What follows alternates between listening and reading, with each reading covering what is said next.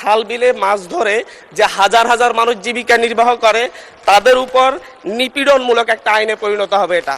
আইন করা হয়েছে মানুষের কল্যাণে, এই আইন করা হয়েছে দেশের কল্যাণে, এই আইন করা হয়েছে কৃষিজীবী বা মৎস্যজীবী মানুষের কল্যাণে। Protection and Conservation of Fish Act 1950, Act number 8, Act number 18 of 1950 বিলের উপরে আপত্তি উত্থাপনের ব্যাপারে আপত্তি দিয়েছেন আব্দুল মান্নান মাসুদ, 273 নোয়াখালী 6।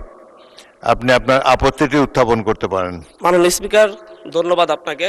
আমি উপকূলীয় অঞ্চলের প্রতিনিধি, মাননীয় প্রাণী সম্পদ মন্ত্রীকে ধন্যবাদ জানাচ্ছি যে গরিব জেলেদের কথা চিন্তা করে ওনাদের যেই কারাদণ্ডের ব্যাপারটি কমিয়ে আনা হয়েছে, কিন্তু এই ব্যাপারে আরো কিছু সুনির্দিষ্ট ক্লজ যদি অন্তর্ভুক্ত করা হয় তাহলে আসলে হচ্ছে গরিব জেলে যারা তারা এই ধরনের হয়রানি থেকে মুক্তি পাবে।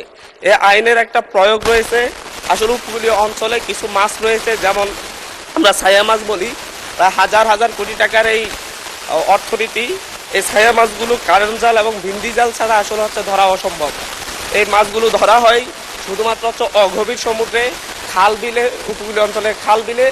ওই জায়গায় এই জেলেরা যাদের নিজস্ব কোনো নৌকা নেই কিংবা হচ্ছে হাতে কিংবা হচ্ছে কারেন্ট জালে যারা মাছ ধরে, তারা এক বেলা খেতেও তাদের কষ্ট হয়ে যায়। বিভিন্ন ক্ষেত্রে দেখা যাচ্ছে হচ্ছে এই ধরনের মাছের যে ব্যবসাটি, এ ব্যাপারে যদি স্পেসিফিক করে দেওয়া হয় যে ভেলা নৌকায় মাছ ধরলে, ভেলা নৌকায় এই জাল ব্যবহার করলে কিংবা হচ্ছে অগভীর সমুদ্রে ব্যবহার করলে কি ধরনের শাস্তি হবে, কিংবা ডাবল ইঞ্জিন অথবা হচ্ছে বড় নৌকায় করে ব্যাপক হারে মৎস্য নিধনে কি ধরনের সাজা হবে, যে জেলেদের ব্যাপারে এখানে একটা আইনে এক্সটেন্ড টু 5 লাখ জরিমানার কথা বলা হয়েছে। আসলে যাদের উপরে এই আইনটা প্রয়োগ করা হবে তাদের পক্ষে 5,000 টাকা দেওয়া অসম্ভব, এবং দিনে এনে দিনে খাই এই ধরনের ব্যাপার রয়েছে তাদের মধ্যে। এই জায়গায় মূলত স্পেসিফিক যদি না করা হয় তাহলে উপকূলীয় অঞ্চলের খাল বিলে মাছ ধরে যে হাজার হাজার মানুষ জীবিকা নির্বাহ করে তাদের উপর নিপীড়নমূলক একটা আইনে পরিণত হবে এটা।